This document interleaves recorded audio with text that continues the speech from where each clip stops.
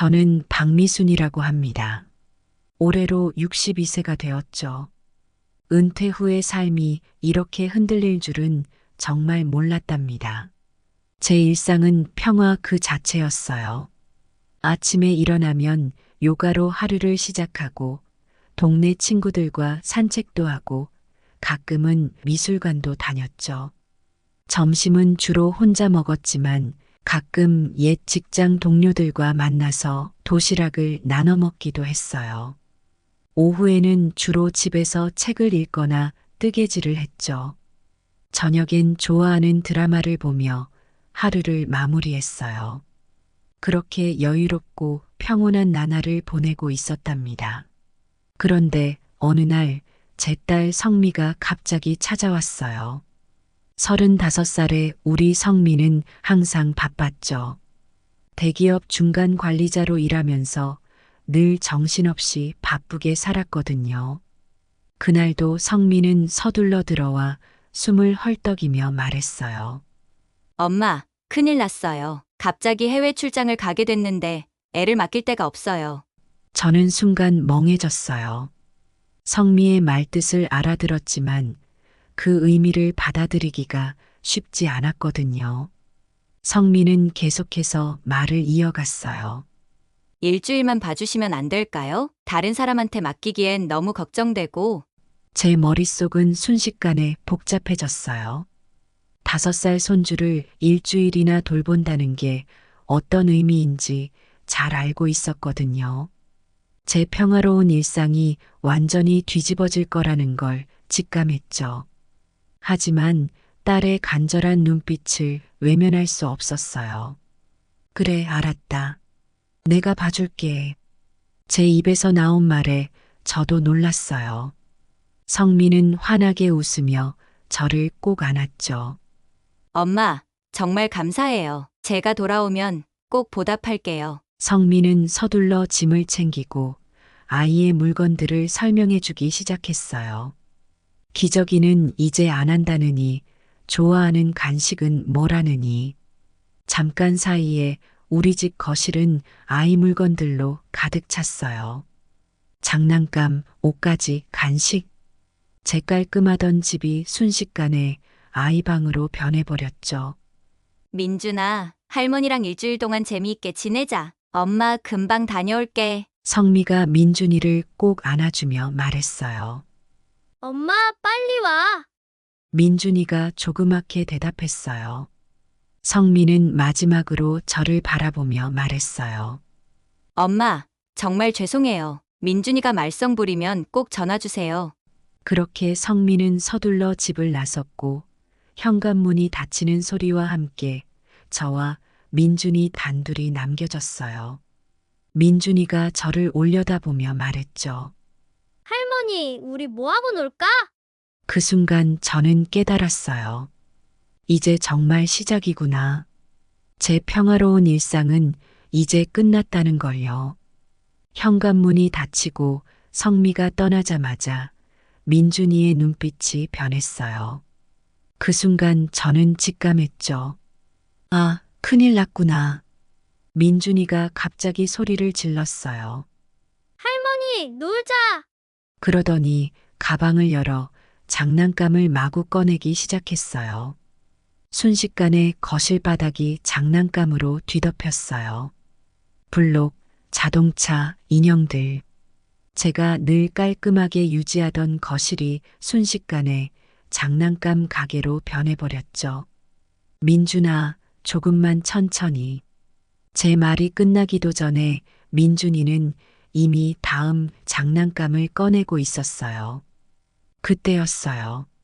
제가 아끼던 화분이 바닥에 떨어져 산산조각이 났어요. 민준이가 장난감 자동차를 던지다가 화분을 맞춘 거죠. 아이고, 민준아. 제 목소리가 높아졌어요. 민준이는 깜짝 놀라 울음을 터뜨렸고 저는 당황해서 어쩔 줄 몰랐어요. 진정을 하고 화분 조각을 치우는데 민준이가 다가와 물었어요. 할머니 화났어? 그 순수한 눈빛에 제 마음이 녹아내렸어요. 아니, 괜찮아. 다음부턴 조심하자. 하지만 이건 시작에 불과했어요. 저녁 식사 시간, 제가 애써 준비한 김치찌개를 식탁에 올리려는 순간이었어요. 할머니, 나 배고파요. 민준이가 갑자기 소리치며 제 옷자락을 잡아당겼어요. 그 바람에 그릇이 기울어져 김치찌개가 식탁보에 쏟아졌죠. 어머나! 저도 모르게 놀란 목소리가 나왔어요.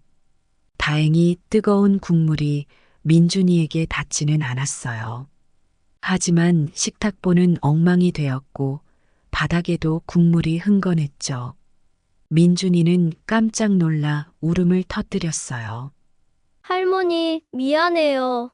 울먹이는 민준이를 보니 마음이 아팠어요. 괜찮아, 민준아. 다치지 않아서 다행이야. 할머니가 치울 테니 너는 저기 소파에 가 있으렴. 저는 최대한 부드러운 목소리로 말했어요. 주방과 거실은 엉망이 되어 있었어요. 김치찌개 국물은 식탁보를 적시고 바닥으로 흘러내렸고 제 소중한 카펫은 이미 얼룩으로 가득했죠. 이게 고작 첫날인데 저는 한숨을 내쉬었어요. 하지만 달리 방법이 없었죠. 민준이를 얼른 재우고 치워야겠다고 마음먹었어요. 그런데 웬걸 민준이가 잠들 생각을 안 하는 거예요. 할머니, 나 안 졸려. 시계는 이미 밤 10시를 가리키고 있었어요. 민준아, 이제 자야지. 내일 또 놀자. 달래봤지만 소용없었어요. 민준이는 계속해서 놀자고 조르더니 갑자기 울음을 터뜨렸어요. 엄마 보고 싶어. 그 말에 제 마음이 찢어지는 것 같았어요. 손주의 마음을 어떻게 달래줘야 할지 막막했죠. 한숨을 쉬며 거실을 둘러보니 온통 아수라장이었어요. 장난감, 깨진 화분, 음식 얼룩. 평화롭던 제 집은 온데간데 없고 마치 태풍이 휩쓸고 간 것 같았죠. 그래도 이건 첫날이니까 내일부턴 나아지겠지. 저는 그렇게 스스로를 다독였어요. 우선 집부터 대충 치우고 민준이를 달래서 겨우 이불 속으로 들어가게 했어요. 동화책도 읽어주고 자장가도 불러줬죠. 민준이의 눈꺼풀이 무거워지는 걸 보고 안도의 한숨을 쉬었어요. 하지만 제가 방을 나서려는 순간 할머니, 가지 마세요. 민준이가 벌떡 일어나 소리쳤어요. 그 순간 제 마음은 천갈래 만갈래로 찢어지는 것 같았죠. 왜 그러니, 민준아? 무서워요. 엄마가 보고 싶어요. 민준이의 눈에 눈물이 고이기 시작했어요. 저는 다시 민준이 옆에 앉았어요. 등을 토닥이며 달래보았죠. 괜찮아. 할머니가 여기 있잖아. 엄마는 곧 돌아오실 거야. 그렇게 30분, 1시간. 시간이 흘러갔지만 민준이는 잠들 생각을 안 했어요. 울다가 그치다가를 반복하면서요. 달래고 달래도 소용이 없었어요. 제가 아는 모든 방법을 다 써봤죠. 동화책을 또 읽어주고 노래도 불러주고 심지어 뽀로로 인형까지 가져다 줬어요. 하지만 민준이의 눈에는 졸음이라곤 찾아볼 수 없었죠. 밤 11시, 12시가 지나고 새벽 1시가 되었어요. 민준이는 여전히 잠들지 않았고 저는 점점 지쳐갔어요. 민준아, 할머니가 옆에 있을 테니까 눈 좀 감아보자. 제 말에 민준이가 고개를 끄덕였어요. 잠시 조용해지나 싶더니 할머니, 목말라요. 한숨이 나왔지만 물을 가져다 주었어요. 새벽 2시, 저는 완전히 지쳐 있었어요. 민준이는 이제 울지는 않았지만 여전히 깨어 있었죠. 작은 눈으로 천장을 바라보며 중얼거렸어요. 엄마는 언제 와요? 곧 오실 거야, 민준아. 그 전에 우리 잠들어 있자. 하지만 제 말이 무색하게 시간은 계속 흘러갔어요. 새벽 3시, 4시. 밖에서 새소리가 들리기 시작했어요. 민준이의 눈은 여전히 또렷했죠. 저는 완전히 녹초가 되었어요. 눈은 뻑뻑하고 머리는 지끈거렸죠. 하지만 민준이는 여전히 정신이 말짱했어요. 할머니, 배고파요. 새벽 5시, 결국 저는 민준이를 데리고 부엌으로 갔어요. 우유를 데워주고 과자도 몇 개 주었죠. 그제서야 민준이의 눈에 졸음이 찾아왔어요. 하지만 때는 이미 새벽 6시. 민준아, 이제 좀 자자. 소파에 누워 민준이를 안았어요. 드디어 민준이가 눈을 감았죠. 그런데 그 순간 알람 소리가 울렸어요. 평소 제가 일어나는 시간이었죠. 민준이의 눈이 다시 떠졌어요. 할머니, 이제 아침이에요? 일어날 시간이에요? 저는 그만 눈물이 날 것 같았어요. 밤새 한숨도 못 잤는데 이제 또 하루가 시작된 거예요. 피곤해 절어 거울을 보니 눈 밑에 다크서클이 걸렸더라고요. 머리는 산발이 되었고 온몸이 천근만근이었죠. 이제 어쩌지? 앞으로 6일이나 더 남았다는 생각에 눈앞이 캄캄해졌어요. 밤새 한숨도 못 잔 터라 온몸이 천근만근이었어요. 하지만 냉장고를 열어보니 한숨만 나왔죠. 민준이가 먹을 만한 게 하나도 없었거든요. 민준아, 할머니랑 장 보러 갈까? 제 말에 민준이가 팔짝팔짝 뛰며 좋아했어요. 야호, 과자 사러 가요. 아침부터 과자라니. 하지만 전 너무 피곤해서 뭐라 할 힘도 없었어요. 슈퍼마켓에 도착하자 민준이가 카트에 앉겠다고 했어요. 들어주긴 했는데 이게 실수였다는 걸 곧 깨닫게 됐죠. 채소 코너에 들어서자마자 민준이가 소리쳤어요. 할머니, 저기 과자 있어요. 카트에서 내리려고 안간힘을 쓰는 통에 제가 간신히 붙잡았어요. 민준아, 조금만 기다려. 먼저 채소부터 사자. 하지만 민준이 귀에는 들리지 않는 것 같았어요. 배추를 고르는데 민준이가 자꾸 카트를 흔들어 댔어요. 그러다 결국 카트가 넘어지면서 민준이가 바닥에 떨어졌어요. 다행히 크게 다치지는 않았지만 민준이는 울음을 터뜨렸고 주변 사람들이 우리를 쳐다보기 시작했죠. 괜찮아, 괜찮아. 달래느라 정신이 없는데 주변에서 들리는 소곤거림이 신경 쓰였어요. 요즘 애들은 왜 저렇게 울보지? 할머니가 돌보기 힘들어 보이네. 얼굴이 화끈거렸어요. 민망함에 어찌할 바를 모르겠더라고요. 겨우 민준이를 달래고 장을 이어갔어요. 이번엔 민준이를 카트에 태우지 않고 제 옆에서 걷게 했죠. 하지만 이게 더 큰 문제를 만들어냈어요. 과자 진열대 앞에 왔을 때였어요. 민준이가 갑자기 진열대로 달려가더니 과자를 집어들었어요. 할머니, 이거 사주세요. 민준아, 안 돼. 과자는 한 개만. 제 말이 채 끝나기도 전에 민준이가 떼를 쓰기 시작했어요. 사주세요, 사주세요. 소리를 지르며 바닥에 드러눕는 통에 어쩔 줄 몰랐어요. 주변 사람들의 시선이 따가웠죠. 저런, 애버릇 하나 제대로 못 가르치고. 누군가의 말이 귓가에 들려왔어요. 정말 땅이 갈라져 들어가고 싶었죠. 알았어, 알았어. 하나만 사자. 결국 저는 항복했어요. 하지만 이게 끝이 아니었죠. 계산대로 가는 길에 민준이가 또 사달라는 걸 거절하자. 이번엔 진열대의 물건을 마구 떨어뜨리기 시작했어요. 캔 음료들이 바닥에 굴러다녔고 과자 봉지들이 여기저기 흩어졌어요. 어머나!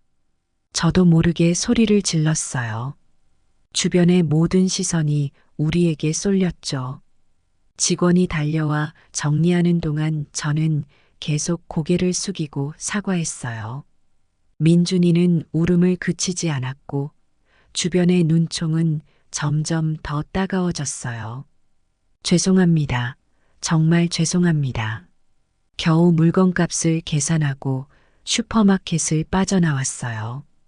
민준이는 제가 사준 과자를 들고 신이 났지만 저는 정말 지치고 창피했어요. 집으로 돌아오는 길 민준이가 물었어요. 할머니, 우리 내일 또 와요. 그 말에 전 그만 주저앉고 싶었어요. 이제 어떡하지? 앞으로 5일이나 더 남았다는 생각에 눈앞이 캄캄해졌어요. 여러분, 이런 경험 해보신 적 있나요? 아이와 함께 장을 보는 게 이렇게 힘들 줄 몰랐어요. 그저 평범한 일상이었던 장보기가 이제는 커다란 도전이 되어버렸죠. 집에 도착해서 민준이를 소파에 앉히고 TV를 틀어줬어요. 그제서야 잠시 숨을 돌릴 수 있었죠. 거울을 보니 머리는 헝클어지고 옷은 구겨져 있었어요. 눈 밑에 다크서클은 더 깊어진 것 같았고요. 슈퍼마켓에서의 일 이후 집안에만 있자니 답답함이 밀려왔어요. 민준이도 지루한지 계속 보챘고요. 결국 저는 민준이를 데리고 근처 공원에 나가기로 했어요. 민준아, 공원에 가자. 제 말에 민준이가 환호성을 질렀어요. 야호, 공원이다. 공원에 도착하자 민준이는 신이 나서 이리저리 뛰어다녔어요. 그 모습을 보니 저도 모르게 미소가 지어졌죠. 하지만 이 평화로운 순간이 오래가지 않을 줄은 몰랐어요. 벤치에 앉아 민준이를 지켜보고 있었어요. 그런데 갑자기 옆 벤치에 앉아 있던 할머니가 말을 걸어오셨어요. 아이고, 손주 봐주시나 봐요? 네, 그렇네요. 참 힘들죠. 저도 손주를 봐줬었는데 할머니의 말씀에 저도 모르게 대화에 빠져들었어요. 서로의 경험을 나누다 보니 시간 가는 줄 몰랐죠. 그러다 문득 민준이가 보이지 않는다는 걸 깨달았어요. 어머나, 민준이가. 저도 모르게 소리를 질렀어요. 방금 전까지 눈앞에서 놀고 있던 민준이가 사라진 거예요. 순간 머릿속이 하얘졌어요. 어떡하지? 민준이가 어디로 갔지? 온갖 걱정이 한꺼번에 밀려왔어요. 저는 벌떡 일어나 주변을 둘러보기 시작했어요. 하지만 민준이의 모습은 보이지 않았죠. 민준아, 민준아, 소리치며 공원을 뛰어다녔어요. 나무 뒤, 벤치 밑, 화장실. 찾을 수 있는 모든 곳을 다 뒤졌죠. 심장이 터질 것 같았어요. 땀이 비 오듯 흘렀고 다리는 후들거렸죠. 하지만 민준이를 찾아야 한다는 생각에 멈출 수가 없었어요. 성미한테 뭐라고 해야 하지? 경찰에 신고해야 하나? 온갖 생각이 머릿속을 스쳐 지나갔어요. 그때였어요. 멀리서 익숙한 웃음소리가 들렸어요. 소리가 나는 쪽으로 달려갔죠. 그리고 마침내 민준이를 발견했어요. 공원 구석에 있는 모래밭에서 신나게 놀고 있었던 거예요. 민준아. 저도 모르게 소리를 질렀어요. 민준이는 해맑게 웃으며 저를 바라봤죠. 할머니, 여기 모래성 봐요. 안도의 한숨이 나왔어요. 다리에 힘이 풀려 그 자리에 주저앉고 말았죠. 민준아, 할머니한테 말도 않고 어디 가면 어떡해? 떨리는 목소리로 말했어요. 할머니가 아줌마랑 얘기하느라 바빠 보여서 조용히 놀러 왔어요. 민준이의 대답에 할 말을 잃었어요. 그 순간 깨달았죠. 제가 얼마나 방심했는지를. 잠깐이라도 아이에게서 눈을 떼면 안 된다는 걸 뼈저리게 느꼈어요. 민준이를 꼭 안아주었어요. 그제서야 눈물이 났어요. 안도감, 후회, 미안함. 복잡한 감정이 한꺼번에 밀려왔죠. 미안해, 민준아. 할머니가 잘못했어. 민준이는 영문도 모른 채 저를 쳐다봤어요. 할머니, 왜 울어요? 민준이가 뭐 잘못했어요? 그 순수한 눈빛에 마음이 아팠어요. 집으로 돌아오는 길, 저는 계속 생각에 잠겼어요. 이런 식으로는 안 되겠어. 뭔가 달라져야 해. 민준이의 손을 꼭 잡고 걸으며 결심했어요. 이제부터는 더 조심하고 더 세심하게 민준이를 돌보겠다고. 하지만 그게 말처럼 쉽지 않다는 걸 곧 깨닫게 될 줄은 몰랐죠. 공원에서의 일 이후 저는 밤새 잠을 이루지 못했어요. 민준이를 제대로 돌보지 못하고 있다는 생각에 마음이 무거웠죠. 이대로는 안 돼. 뭔가 달라져야 해. 다음 날 아침 결심했어요. 지금까지와는 다르게 해보기로 한 거죠. 먼저 인터넷을 뒤지기 시작했어요. 손주 육아에 대한 팁들을 찾아봤죠. 처음에는 컴퓨터 다루는 게 서툴러서 애를 먹었어요. 하지만 포기하지 않고 계속 검색했죠. 손주와 할머니의 좋은 관계 만들기, 아이의 눈높이에 맞춘 대화법, 손주와 함께하는 재미있는 활동들. 이런 글들을 하나하나 읽어나갔어요. 그러다 문득 깨달았어요. 지금까지 제가 얼마나 구시대적인 방식으로 민준이를 대했는지를요. 아이들은 어른 말을 무조건 들어야 해라는 생각으로 민준이를 대했던 게 문제였던 거예요. 오후에는 근처 도서관에 갔어요. 아동 심리학 관련 책들을 찾아 빌렸죠. 아이의 마음 읽기, 긍정적인 훈육 방법, 놀이를 통한 교육 등의 책이었어요. 집에 돌아와서는 민준이가 자는 동안 책을 읽었어요. 때로는 어려운 내용도 있었지만 포기하지 않고 계속 읽어나갔죠. 그러면서 점점 아이의 마음을 이해하게 되었어요. 다음 날 민준이에게 물었어요. 민준아, 넌 뭐라고 놀 때가 제일 재밌어? 민준이가 대답했어요. 레고 블록으로 집 만들기요. 그리고 공룡 그림 그리는 것도 좋아해요. 그 말을 듣고 바로 행동에 옮겼어요. 근처 문구점에 가서 큰 도화지와 크레파스를 샀고 레고 블록도 몇 개 더 샀죠. 집에 돌아와서는 민준이와 함께 바닥에 앉았어요. 우리 같이 공룡 그림 그리자. 민준이의 눈이 반짝였어요. 처음에는 서툴렀지만 점점 재미가 붙었어요. 민준이가 그린 공룡을 칭찬해주고 저도 옆에서 열심히 그렸죠. 그러다 민준이가 말했어요. 할머니가 그린 공룡이 더 멋있어요.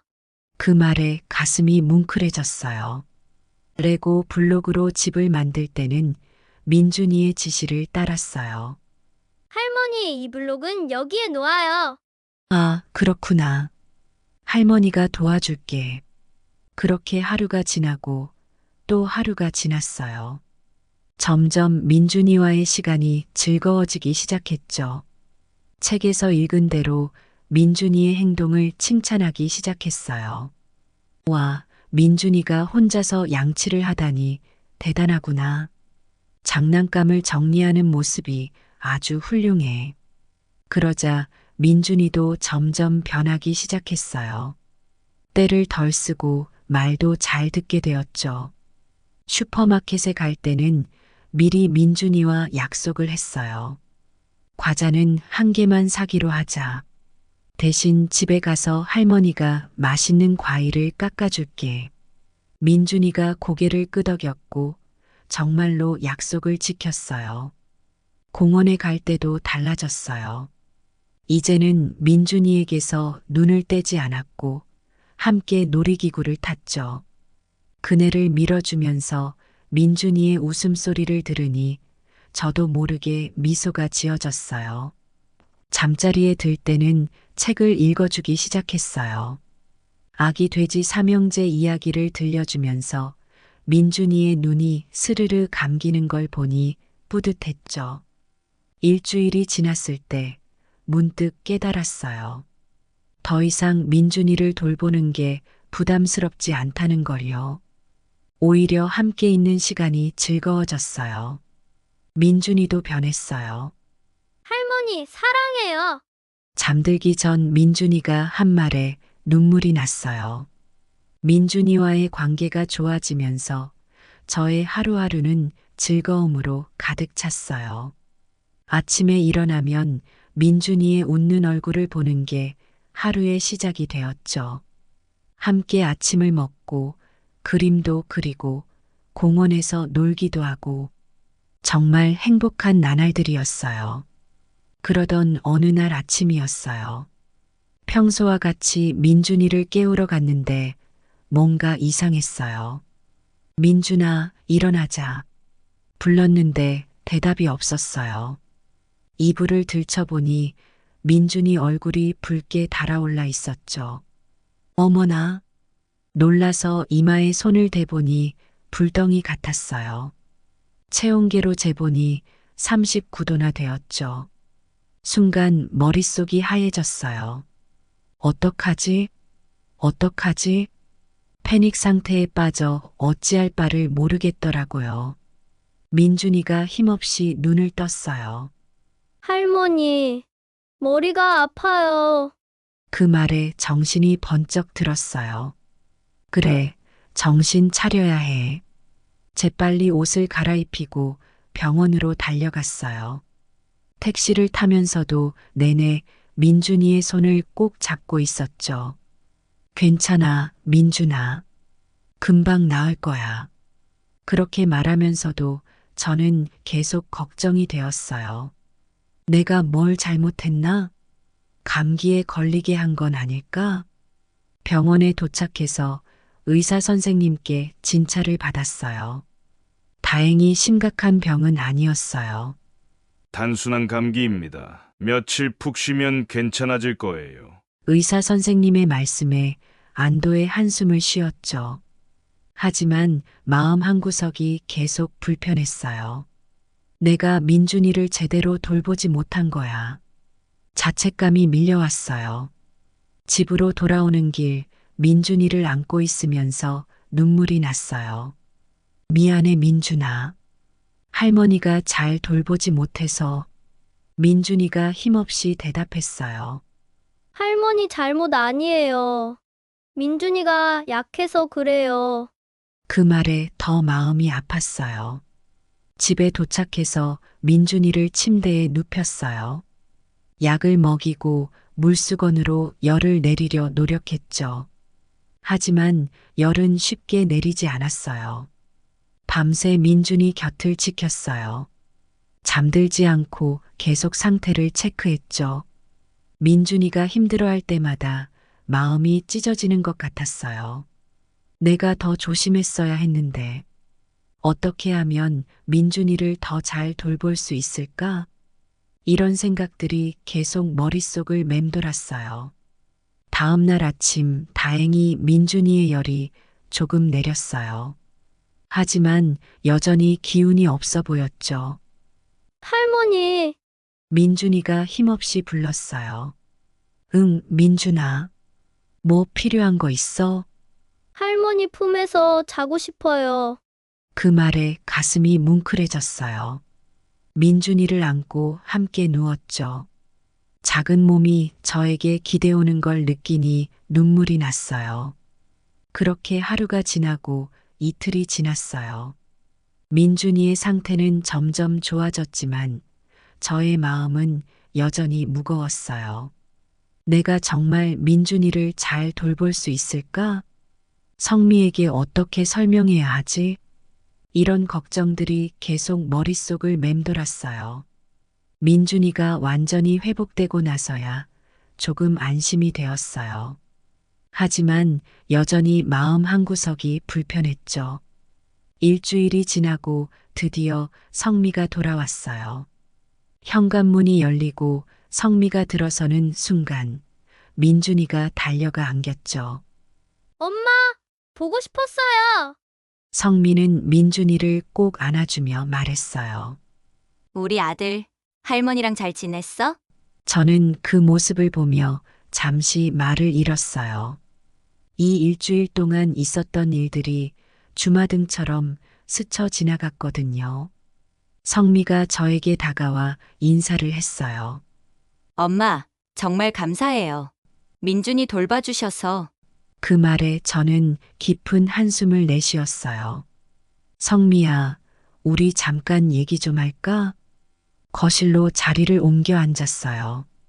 민준이는 새로 산 장난감을 가지고 놀고 있었죠. 성미야, 다시는 민준이를 봐줄 수 없을 것 같아. 제 입에서 나온 말에 성미의 눈이 동그래졌어요. 엄마, 무슨 일 있었어요? 민준이가 말썽 부렸어요? 저는 고개를 저었어요.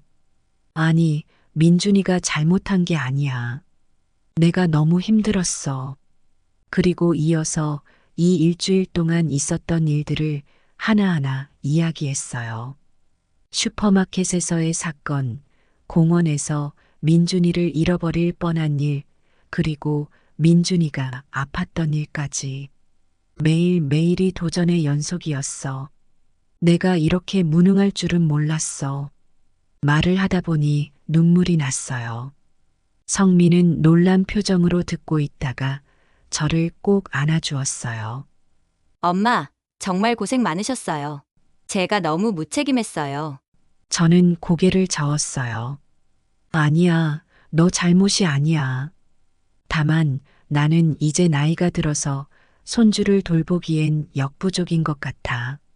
성미의 눈에도 눈물이 고였어요. 엄마, 정말 죄송해요. 제가 엄마한테 너무 많은 걸 요구했어요. 저는 깊은 숨을 내쉬었어요. 성미야, 너도 알겠지만 아이를 키우는 건 정말 힘든 일이야. 특히 나이 든 사람에겐 더욱 그래. 성미가 고개를 끄덕였어요.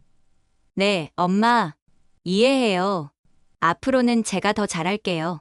그때 민준이가 다가와 물었어요. 할머니, 왜 울어요? 저는 민준이를 안아주며 말했어요. 할머니가 좀 피곤해서 그래. 민준아, 할머니랑 지내는 동안 재미있었어? 민준이가 환하게 웃으며 대답했어요. 네, 정말 재밌었어요. 할머니랑 또 지내고 싶어요. 그 말에 저도 성미도 놀랐어요. 제 마음 한구석이 따뜻해지는 걸 느꼈죠. 성미가 말했어요. 엄마, 정말 다시는 민준이 안 봐주실 거예요? 저는 잠시 망설였어요.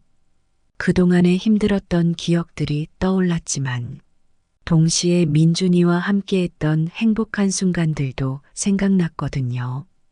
깊은 한숨을 내쉬고 말했어요. 글쎄, 당분간은 좀 쉬고 싶어. 성미가 환하게 웃었어요. 알겠어요, 엄마. 엄마가 원하실 때 언제든 다시 부탁드릴게요. 그렇게 우리의 대화는 끝이 났어요. 민준이는 여전히 해맑게 웃으며 놀고 있었죠. 이 일주일은 정말 힘들었어요. 그 일이 있고 한 달이 지났어요. 제 생활은 다시 평온을 되찾았죠. 아침에 일어나 요가를 하고 동네 친구들과 산책을 하고 저녁엔 좋아하는 드라마를 보며 하루를 마무리했어요. 그러던 어느 날 성미가 또 찾아왔어요. 문을 열자마자 성미의 표정을 보고 알았죠. 아, 또 부탁하려고 왔구나. 엄마, 잠깐 이야기 좀 할 수 있을까요? 성미의 목소리에 긴장감이 묻어났어요. 거실로 자리를 옮겨 앉았어요. 성미가 입을 열었죠. 엄마, 정말 죄송한데 또 부탁 하나 드려도 될까요? 저는 깊은 한숨을 내쉬었어요. 또 민준이 봐달라는 거니? 성미가 고개를 끄덕였어요. 네. 이번에 중요한 해외 출장이 잡혔어요. 3일만 봐주시면 안 될까요? 제 마음속에서 지난번의 기억들이 스쳐 지나갔어요. 슈퍼마켓에서의 소동, 공원에서 민준이를 잃어버릴 뻔했던 일, 밤새 울던 민준이, 그리고 아팠던 민준이를 간호하던 날들. 성미야, 제 목소리가 떨렸어요. 미안하지만 이번에는 안 될 것 같아. 성미의 얼굴에 실망감이 스쳤어요. 엄마, 제발요. 이번만 부탁드릴게요. 지난번보다는 짧잖아요. 3일이에요. 저는 고개를 저었어요. 성미야, 날짜의 문제가 아니야. 나는 이제 그런 책임을 감당하기 힘들어. 성미가 애원하듯 말했어요. 엄마, 제가 도움 주는 분을 구하려고 해봤는데 못 구했어요. 정말 엄마 말고는 방법이 없어요. 제 마음이 흔들렸어요. 하지만 지난번의 경험을 떠올리며 마음을 다잡았죠. 성미야, 너 마음 이해해. 하지만 나도 이해해 주었으면 좋겠어. 지난번에 내가 얼마나 힘들었는지 알잖아. 성미의 눈에 눈물이 고였어요. 엄마, 그럼 제가 어떻게 해야 하죠? 그 모습을 보니 마음이 아팠어요. 하지만 저도 제 한계를 알고 있었죠. 미안해, 성미야. 하지만 이건 너가 해결해야 할 문제야. 회사의 사정을 얘기해 보는 건 어때? 성미가 한숨을 쉬었어요. 그래도 알겠어요, 엄마. 제가 너무 무리한 부탁을 드렸네요. 그때 제 핸드폰에서 알림음이 울렸어요. 민준이가 보낸 영상 메시지였어요. 할머니 보고 싶어요. 언제 또 만나요? 민준이의 해맑은 목소리에 제 마음이 흔들렸어요. 하지만 이내 마음을 다잡았죠. 성미야, 나도 민준이가 보고 싶어. 하지만 지금은 내가 감당하기 힘들어. 성미가 고개를 끄덕였어요. 네, 엄마. 이해해요. 제가 너무 무리했어요. 성미가 일어나려는데 제가 손을 잡았어요. 성미야, 미안해. 하지만 알아둬. 내가 널 사랑하는 만큼 민준이도 사랑해. 성미의 눈에서 눈물이 흘렀어요. 알아요, 엄마. 감사해요. 성미가 떠난 후 저는 창밖을 바라보며 생각에 잠겼어요. 민준이를 돌보는 일은 정말 힘들었지만 그 시간 동안 느꼈던 사랑과 행복도 컸죠. 하지만 지금의 저에겐 그 책임이 너무 무거웠어요. 여러분, 때로는 아니오라고 말하는 것도 필요해요. 이것은 결코 쉬운 일이 아니에요. 특히 우리가 사랑하는 사람들에게 거절의 말을 하는 것은 더욱 어렵죠. 하지만 우리의 한계를 인정하고 스스로를 돌보는 것도 정말 중요하답니다. 제가 성미에게 아니오라고 말했을 때 마음이 아팠어요. 하지만 동시에 이것이 옳은 결정이라는 것도 알고 있었죠. 우리는 때때로 자신의 능력과 상황을 냉철하게 판단해야 해요. 무리한 부탁을 받아들이는 것이 오히려 모두에게 해가 될 수 있거든요. 그렇다고 해서 제가 성미와 민준이를 덜 사랑하게 된 건 아니에요. 오히려 이 경험을 통해 우리 가족의 사랑은 더 깊어졌답니다. 서로의 입장을 이해하고 존중하게 되었거든요. 성미도 제 상황을 이해하게 되었고, 저 역시 성미의 어려움을 더 깊이 이해하게 되었어요. 이제 저는 민준이를 직접 돌보지는 않지만 다른 방식으로 사랑을 표현하려고 노력해요. 매일 아침 민준이에게 전화를 해서 잘 잤는지 물어보고 그날의 계획을 들어줘요. 가끔은 영상통화로 민준이가 그린 그림을 자랑스럽게 보여주기도 하죠. 주말이면 공원에서 만나 함께 산책을 하고 아이스크림도 먹어요. 이런 시간들이 오히려 더 특별하고 소중하게 느껴진답니다. 또 성미와도 더 깊은 대화를 나누게 되었어요. 육아의 어려움에 대해 이야기를 나누고 서로의 경험을 공유하죠. 때로는 제가 조언을 해주기도 하고, 때로는 성미의 새로운 육아 방식을 배우기도 해요. 이렇게 서로 지지하고 이해하는 관계가 되니 우리 가족이 더욱 단단해지는 것을 느낄 수 있어요. 이런 경험을 통해 깨달은 점이 있어요. 사랑은 꼭 희생을 의미하는 것이 아니라는 거예요. 때로는 서로의 한계를 인정하고 존중하는 것이 더 큰 사랑일 수 있답니다. 그리고 함께 있는 시간의 양보다는 질이 더 중요하다는 것도요. 여러분도 살다 보면 이런 상황을 마주할 수 있을 거예요. 사랑하는 사람의 부탁을 거절해야 할 때 너무 죄책감을 느끼지 마세요. 그것이 때로는 모두를 위한 최선의 선택일 수 있어요. 대신 다른 방식으로 여러분의 사랑과 관심을 표현해 보세요. 그렇게 하면 관계가 오히려 더 깊어지고 단단해질 수 있답니다.